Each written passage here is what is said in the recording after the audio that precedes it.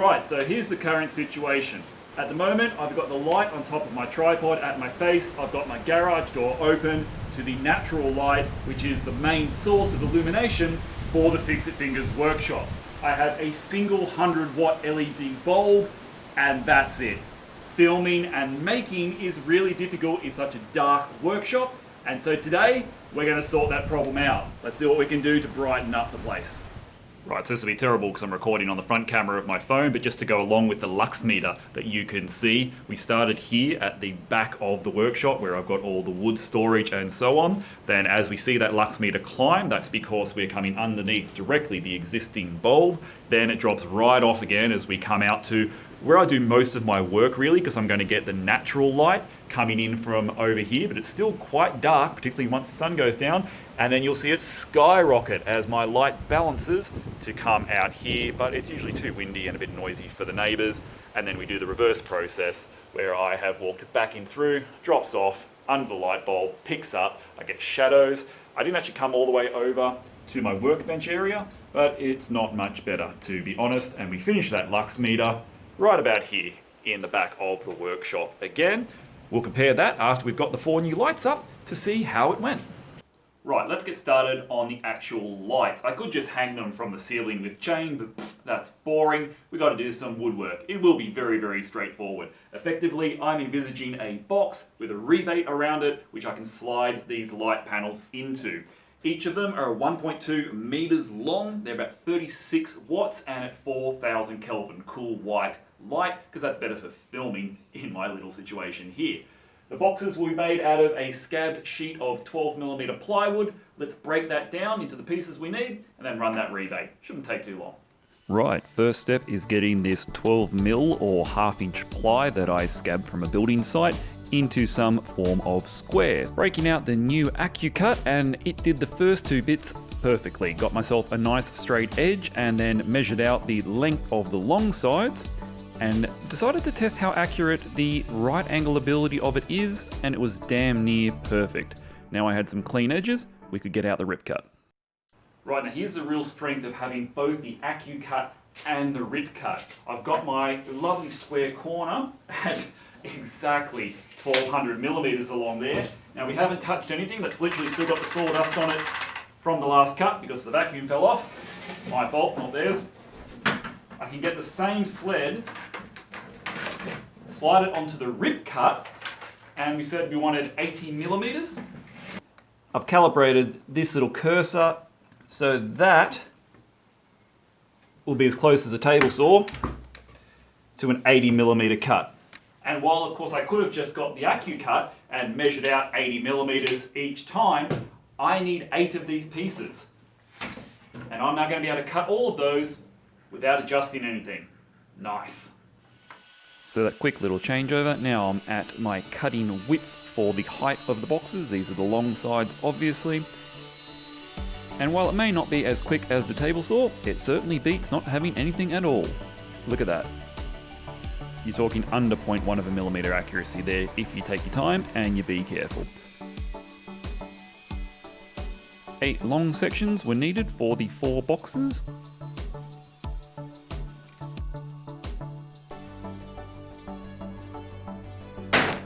Yeah, this old construction ply is a bit bendy. We'll have to figure out something to force it into the correct straightness. But then again, these boxes will be on the ceiling. No one's going to look that closely anyway.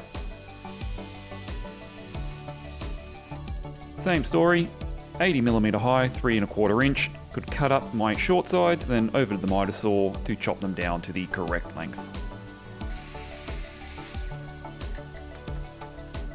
Here's yet another trick that I stole off Dave Stanton's channel.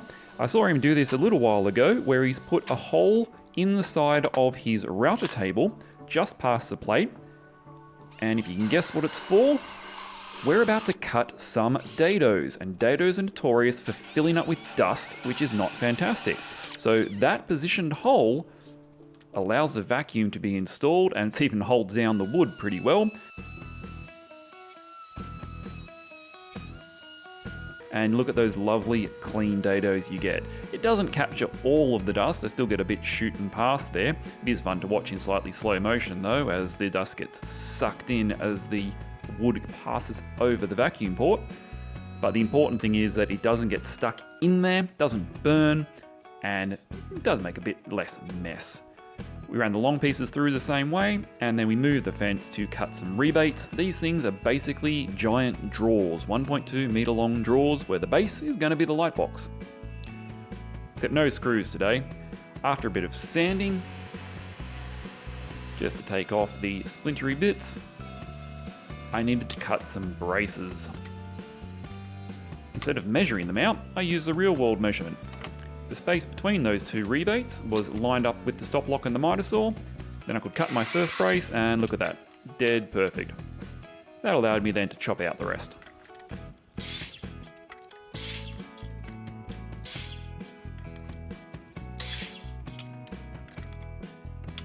Tell you what, I don't use the band clamp that often, but when you need it, in situations like this, I can't imagine doing this with pipe clamps. Only a tiny bit of glue actually. That end piece is going to be tacked in, and of course the braces will be glued in, and these are being used primarily to force out those bows. I made sure the bows were all pointed inwards so the braces could push them out. Quick check square. And I think the MVP, or the MVT, most valuable tool for this build would be the brad nailer. Could have used screws, but geez, it was just so much faster. Remember, I had 4 of these things to make. A third brace gave me somewhere to screw the removable side in on the other end, and this is so I could slide the boxes in and out. Originally, that's how I was intending to install them. You'll see what went wrong a little bit later.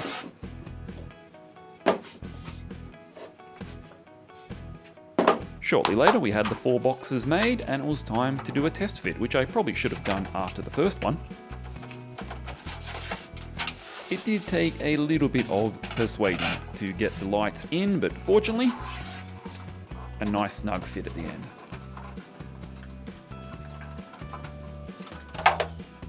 Screw on the end cap, time for the test. Well, that was a tight fit. I'll drill a hole in the side for this eventually. But let's make sure this works. See if we can blind you.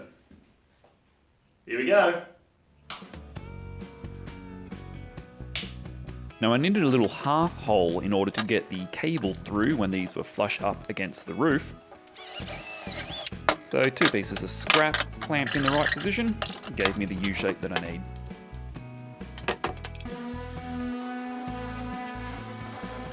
Another quick sand just to get rid of all these sharp edges and any imperfections. Use a file on the inside to save my sandpaper. And it's time for a lick of paint. You know, it'd be really good right about now. Some decent light. Don't worry, I'm not going to make you watch it all. Where does lick of paint come from? Why would you lick paint? So these are my little angles that I've bought to mount these to the ceiling with. Going to need concrete plugs up there, of course. But because this is only some crap 12mm plywood, I wasn't going to be able to get very long screws in. So what we're going to do is quickly tack down an extra block, and that'll give me a bit of extra meat in order to get some support on these angle brackets. Not that there's a lot of weight, but better safe than sorry with an $80 light. A little bit of claret on the knuckles, never hurt anyone.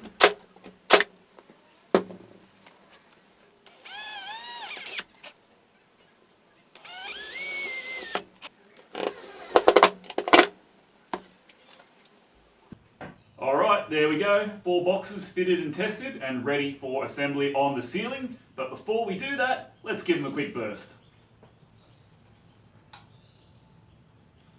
Boom! I've probably gone completely black, but this is pumping out 2000 lux at 2 meters, which is about the height of the ceiling to almost my floor, so even better, higher up. Lux is lumens per square meter, and the target for detailed assembly is about 2000, so these are bang on what I need, and when they're evenly spread around the ceiling, that should be a fairly uniform, fairly shadow-free, soft light coming down onto my work surfaces.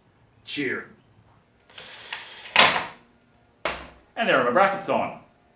What do you mean they used to be on the inside? No, they've always been out here. It wasn't at all because I discovered that when I was going to screw these boxes from the inside to the roof, that I then didn't have enough space to slide the 1.2 meter long lights into the boxes, therefore rendering that design completely useless. No, it wasn't that at all. I just think the shiny wings on the outside look much better. Tell you what, mounting these has taken longer than building them. That's a bit lighter, should be easier to line up with my marks here and here.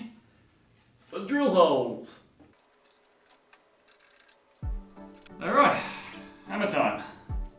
So I broke out my combi drill, which does have a hammer function, which will get through bricks quite easily, but this is reinforced concrete and it just wasn't cutting it even with those guns. So a quick pop down to my mate's place who's got a few extra tools, and we borrowed the SDS rotary from AEG. Don't tell my Makita boys there that these orange is in the workshop. Oh yeah. This is in real time, the first one. It just melted through that concrete when the combi drill couldn't make a dent.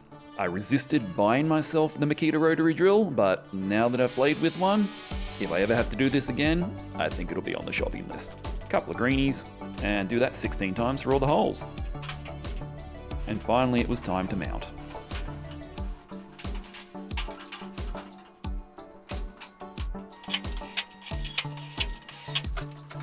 Check out that one-handed action. Oh yeah. And shotgun with the magnetic bit. I'm using Kreg screws here. Easier to drive, and the panheads are beneficial for this style of bracket.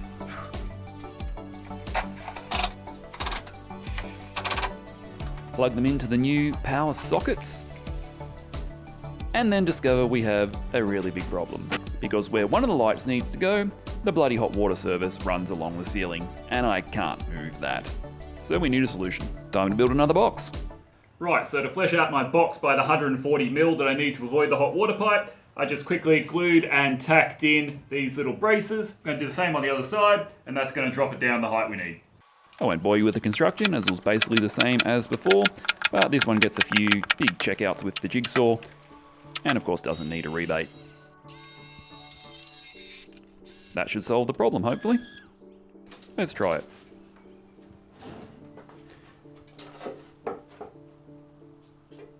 Something like that. And here's how I was going to install all the lights before I discovered I had to flip the brackets around. In fact, over the installation of the 4 ceiling boxes, I think I did them in 4 different ways.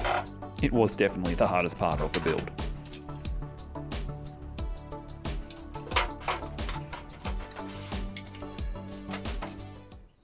And they're all in and painted. I decided that this one here would follow the angle of the wall, so it looks a bit funny when you side it up next to that one, but the whole point is eventually one day there might be a workbench there, so having the light directly above will be brilliant. Looking pretty schmick, but that's not what you want to see. What you want to see is how much extra light they've given, so let's turn them on and take that measurement now. Before we wrap it all up, I'd like to say thank you for viewing the video this far today, and if you'd like to see more content, please do hit the subscribe button, give this video a like, as it really does help the channel. So I could run the side-by-side comparison with the same ambient light. I used the original bulb and took some lux readings, and then turned on the brand new lights and took the new ones. And here you can see the changes as we go from the back of the workshop through the middle of the workshop where the old light bulb was, underneath the black garage door, outside, over to the Mitre station, going past the garage door again, back through the middle of the room and finishing in the back corner. Overall, it looks like we've got about 3 times light, but that's not the whole story, because that 3 times light exists everywhere, whereas previously I could only get the single pinpoint right in the middle under the light bulb. Look at the smile on this face. You can even see it all the way across the garage. Apologies, it's a bit echoey, but for this purpose, just to demonstrate the lovely even light, I can't see almost any shadow being cast because of the multi-directional nature of the softboxes that I've got up there. You may also notice that when I was doing the final coat of paint, I got a little bit insane temporarily, decided to redecorate the back wall because it had white splashes on it from when I painted the ceiling. I was never happy with them, so I decided to own them instead. Well guys, that was meant to be a fairly simple project. To be completely honest, mounting them took an awful lot more time, fuss and bother than it did making them. And if you wanted to be sane about this whole thing, which clearly I am not, you just hang the damn things off a few bits of chain, but I like my white boxes. They look nice and I won't have to dust them. Alrighty guys, special video coming up next week, because believe it or not, Fixit Fingers is turning 2. Wait and see what the terrible 2s have in store. I'll catch you then. Cheers.